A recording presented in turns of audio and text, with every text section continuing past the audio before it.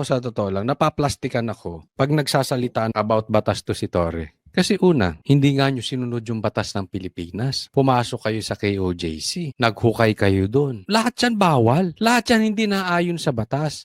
And then here you are talking about the batas. Yung gustong bumagsak ang Duterte. Yun lang naman ang si Trillanes ang nagre-recognize ng jurisdiction ng ICC. Walang karapatan ng ICC sa Pilipinas. Wala po. Maraming naniniwala wala silang jurisdiction sa Pilipinas. Pero ito nga ang pinagkaiba. Kahit hindi nire-recognize ni Tatay Digong, kasi dadalhin si Tatay Digong doon kung saan membro yung bansa ng ICC. At sila po ang nag-uusap ngayon, yung bansa at ang ICC. Papangalagaan namin to si Tatay Digong. So, hindi ilalagay ni Tatay Digong kasi sa alanganin yung bansang tatanggap sa kanya. Ibig sabihin may third party involved. Hindi naman si Tatay Digong parang si BBM na traidor. Posible hindi niya i-recognize ang ICC. Pero dahil tumulong tong isang bansa na ito, hindi naman siya tatakas. Dahil mapapahiya yung bansa. Sa mga gentleman, sa mga true leaders, importante yung samahan. They will die for that. Hindi po tratraidorin yan. Maniwala kayo. Alam nyo sa katunayan, medyo delay pa nga ito. May i-admit ako sa inyo. Etong lilipatan niyang bansa, etong gagawin ngayon, matagal na po naming alam. Hindi lang kami nagsasalita because ayaw naming malagay sa alanganin yung source namin. But honest to goodness, alam na namin. After the election, alam na namin ito. Bakit? Kasi basta. So, matagal na itong inayos at inaayos sa bansang yun. At nung nilabas nila, it means ayos na. Ako naniniwala, kumpirmado na ito. Ngayon, ayoko munang pangunahan. Okay? Kasi, baka sabihin chismis vloggers vlogger ako, no? Ayaw natin ng ganun.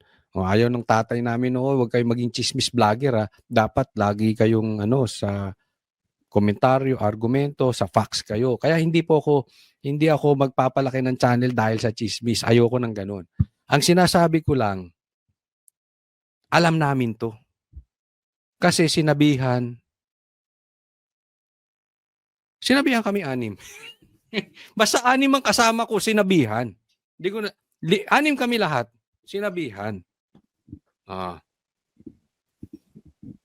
Kaya dyan yung malalaman na ako at saka yung 5 pang sinabihan, hindi bida-bida. Hindi namin nilabas. Okay?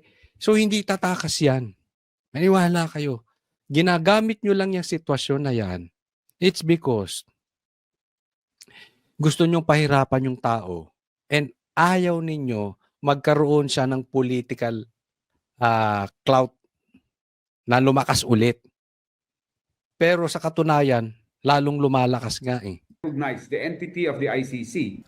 Sa dokumentong isinumite ng legal counsel ni Duterte na si Nicholas Kaufman, sinabi niya na mayroon na silang kausap na bansa na willing tanggapin si Duterte. Hinala ni Attorney Butuyan, isa ito sa mga karatig bansa ng the Netherlands at best guess niya ay Belgium. Kung pagbabasehan natin ang mga nakaraan na mga kaso, ang isang country na tumanggap ng isang akusado sa ICC na bigyan ng interim release ay ang bansang Belgium, no? Practically ito dahil ang Belgium ay karatig lang, adjacent lang sa Netherlands, sa The Hague. Para sa mga kaalyado ng dating Pangulo, magandang hakbang ang request for interim release, lalo na't naniniwala sila na iligal ang pag-aresto kay Duterte. Ang mas malakas ay yung walang jurisdiction. Ang mas malakas yung irregular ang pag-aaresto sa kanya. Hindi Yun. Ay, ang ganda nung sinabi dito ni Atty. Panelo. Hindi lang yung jurisdiction ng problema. Ang pinaka-problema dito, yung manner ng paghuli. So, illegal. And we all know that this is political. Kaya nga merong pang issue na ang US sa kanila at itong mga hurado ng ICC ay talagang idinimanda ng US na to si Trump, no? Pag ito ay talagang hindi nila inayos itong ICC, hindi nila inayos itong kaso ni Tatay Digong at sila ay nagpagamit sa politika sa Pilipinas, masisira sila dito. Masisira sila. sinunod ang batas ng Rome Statute, hindi rin sinunod ang batas ng Pilipinas. Pero para sa mga biktima ng madugong drug war ng dating Pangulo, kalbaryo sa pagkamit ng hustisya sakaling pansamantalang palayain si Duterte. Ngayon pa lang, hirap na kaming maghanap nga ng mga witnesses. Paano kayo hindi mahihirapan ng maghanap ng mga witnesses? Wala naman talaga. Di ba? Kasi marami sa kanila hanggang ngayon takot dahil napakalakas ng mga Duterte hanggang ngayon, kaya nilang patayin ang impeachment complaint. Nanalo sila sa eleksyong nakalipas, marami siya, mayor ng Davao, anak niya vice mayor, ang isang anak niya congressman, isang anak niya vice president, marami siyang kamag-anak at mga supporters na nasa mataas na posisyon. Yan. Kung susundan ko yung argumento nito, ha, may mga anak siya sa mataas na posisyon. Sa eleksyon, nanalo ang marami na kalyado ng Duterte. Sige, malakas pa rin sila. Nagdedelikado etong mga namatayan at saka yung mga witnesses. No? Baka delikado. Kaya nga, una, yung bansa nga, ang kikupkupin siya at nangangako siya na walang mangyayaring ganon. Pangalawa, ang layo niya sa Pilipinas. Don't tell us na ganyang kapangyarihan si Tatay Digong na kaya niyang gumawa ng krimen na nasa ibang bansa siya. Kasi kung ganyan po ang power ni Tatay Digong, the way you claim it, hindi siya mabibitbit ni Torre.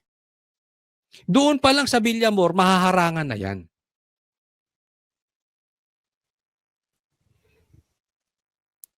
Kung walang planong harapin ni Tatay Digong ang ICC, hindi yan uuwi sa Hong Kong.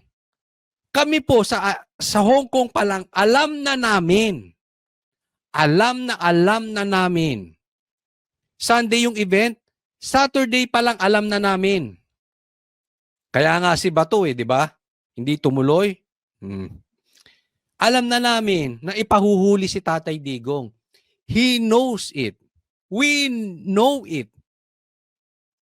So, ibig sabihin, handa si Tatay Digong harapin ito. Gawin lang sa tamang paraan. No? Kasi, kung yan ang issue nyo dyan, bakit pilit nyong pinauuwi si Roque? Kung sa tingin nyo walang hustisya sa Pilipinas at delikado si Tatay Digong, kaalyado ni Tatay Digong si Roque. Bakit hindi nyo pakuha sa ICC si Roque at ipa-ICC nyo? Bakit gusto nyo umuwi sa Pilipinas? Si Tebes, na nasa labas ng bansa, pinauwi nyo sa Pilipinas. Ang gulo-gulo nyo Yung mga nasa labas, pilit nyong pinauuwi.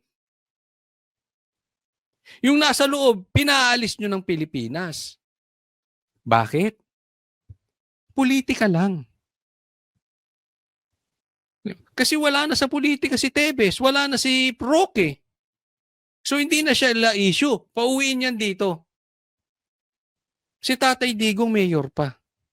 Diyan ka. Ayan ang issue totoo niyan. Hindi yung biktima. Huwag niyong gahasain yung mga biktima. Kasi para sa akin, kung biktima kayo ng biktima ng biktima ng biktima, okay yan. Sige. Pero wag niyong gamitin ng gamitin to the point na si Tatay Digong aalisan niyo ng karapatan.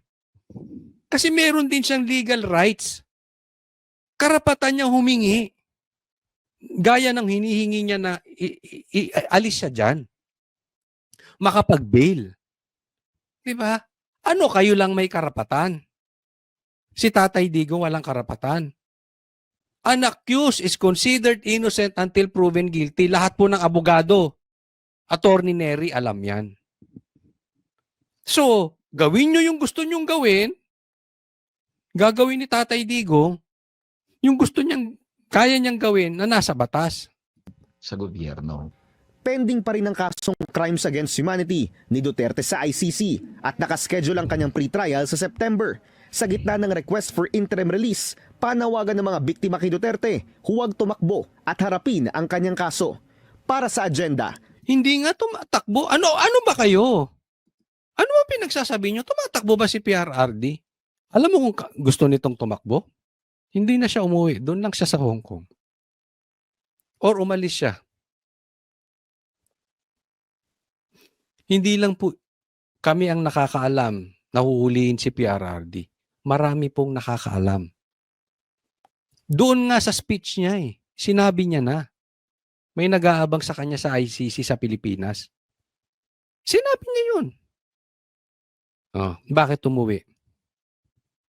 Despite nahuhulihin siya. Haharapin niya. Kaya huwag kayong paulit-ulit, ha?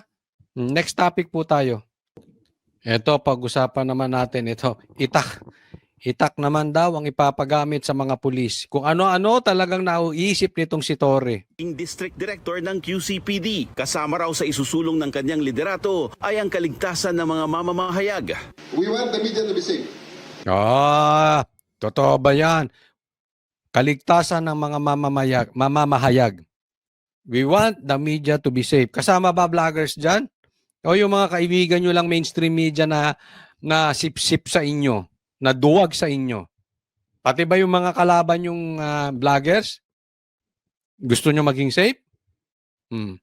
Hindi acceptable na ang messengers are being shot, literally and figuratively. Okay? The messengers are Literally and figuratively. So, ibig sabihin, hindi dapat binabaril or binubusalan ang media. Kasama ba kami sa media? Kino-consider mo ba ang vloggers na media? So, wag nyo kaming busalan. Ha? Wag nyo binabaril yung mga ideas namin. Wag nyo binabaril yung mga opinion namin. Wag nyo binabaril ang mga komentaryo namin. Pumosisyon kayo dyan, di dapat nagsekretary na lang kayo sa opisina or nagnegosyo kayo o nagtinda kayo sa bahay ninyo kung ayaw nyong binabanatan. Hindi kayo pwedeng sensitibo. Ha? Di, una sa lahat, huwag kayo maging sensitibo. Kala nyo kakikinis ng balat ninyo, kakagwapo ninyo. Wala kayong karapatan. Hindi, ang mga public official, wala kayong karapatan maging onion skin. Hindi maninipis ang balat nyo. Nakakakuha nga kayo ng promotion, nakakakuha nga na kayo ng kaliwat ka ng ayuda. No. Gawain ba ng manipis ang balat yan? So, wag kayo maging onion skin, ha? messengers. They have to be protected at all times.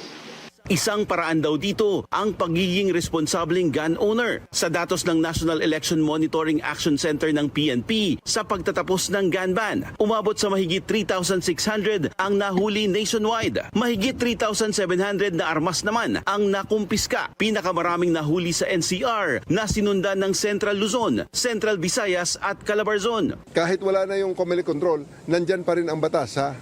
I-remind ko sa ating mga kababayan, nandyan ang batas regarding sa ating pag-own, pagkikerry ng firearm, manufacturing, trade, sale. Bukod naman sa Ako sa totoo lang, napaplastikan ako pag nagsasalita ng batas to si Torre. Kasi una, hindi nga nyo sinunod yung batas ng Pilipinas. Pumasok kayo sa KOJC. Wala naman ang pangalan ni Pastor Kibuloy doon. Naghukay kayo doon. Nagpapasok kayo ng naka-uniforming pulis na hindi naman pulis. Lahat yan bawal. Lahat yan hindi naayon sa batas. And then here you are talking about the batas. Kaya minsan ang hirap paniwalaan tong mama na ito na paano nyo dinala si Tatay Digong doon? Sinunod nyo ba ang batas? Tapos magsasalita kayo about batas gayon? And then gusto nyo kaming maniwala at then gusto nyo kaming manahimik. Huwag kayong magsalita ng batas. Ang gawin mo, Tore, magsalita ka nung paglabas mo sa TV. Ako napapansin ko to si Tore. Talagang posibleng tumakbo to sa 2028. Kayo na lang magpartner ni Aimee. Mukhang bagay kayo, Tore, Aimee, sa 2028. Parehas kayong epal eh. Simula, ito na ata ang nakita kong PNP chief na kada galaw may press con. Kauupo pa lang neto. Ilang araw pa lang siya. Nakailang interview na. Nakakita ba kayo? Baka hindi ko lang alam. Pero nakakita na ba kayo ng PNP chief na ganito ka-epal? Ganito kahilig sa press con? Ayaw magtrabaho ng tahimik? Gusto niya lahat i-announce. Bukas, ano naman ang i-announce mong gagawin mo?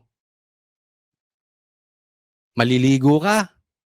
Magja-jogging ka? Ano pa?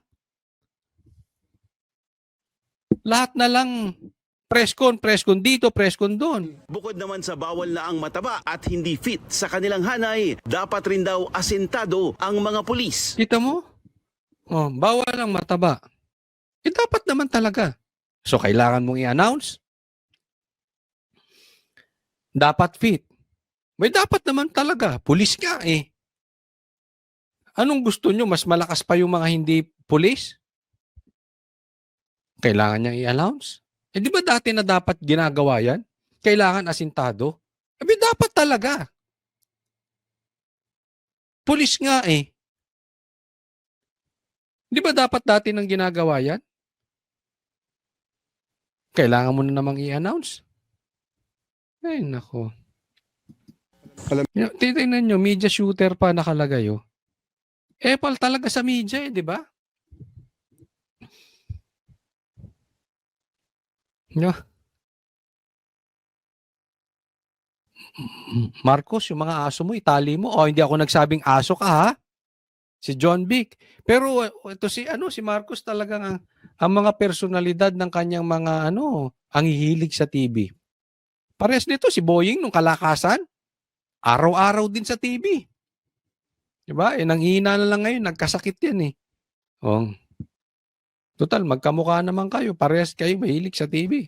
Alam nyo, ito ang last recourse and last tool na ginagamit ng ating na allowed na gamitin ng ating mga pulis. No? So, kailangan pag nag-final option na tayo, we have to be very, very sure of what we are doing aside from the fact na dapat alam natin ang batas na nagsusurround sa paggamit nito.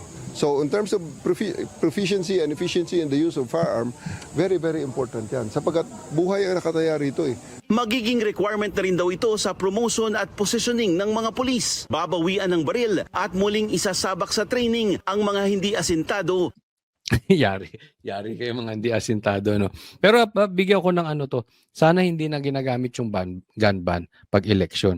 Alam nyo, problema kasi, pag inalisan mo ng baril, yung mga matitinong tao, pag nag-gun ban ka, ang pinahihirapan mo dyan, yung matitinong tao.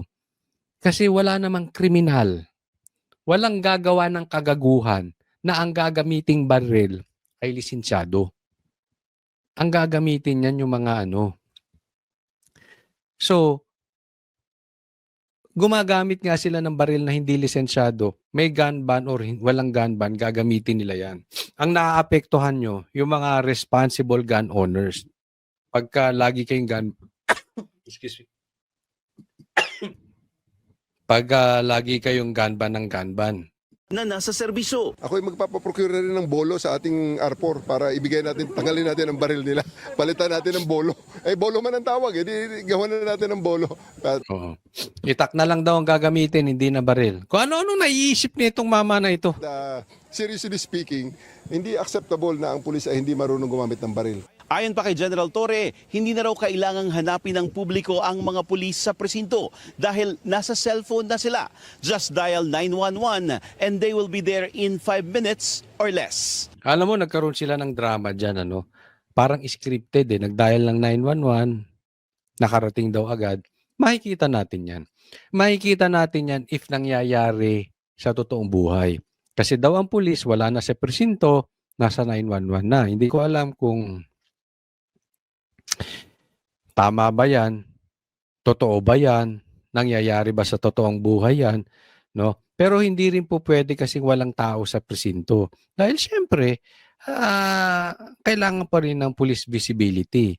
Hindi kung saan-saan sila nagpupunta, di ba?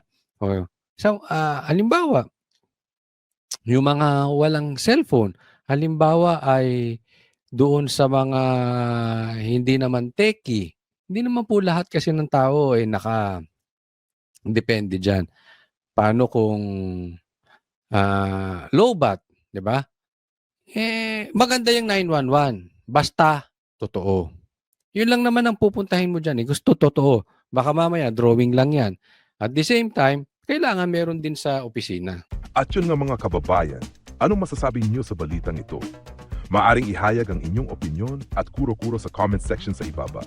Huwag din kalimutang mag-like, mag-subscribe at mag-share sa bidyong ito. Maraming salamat sa panonood.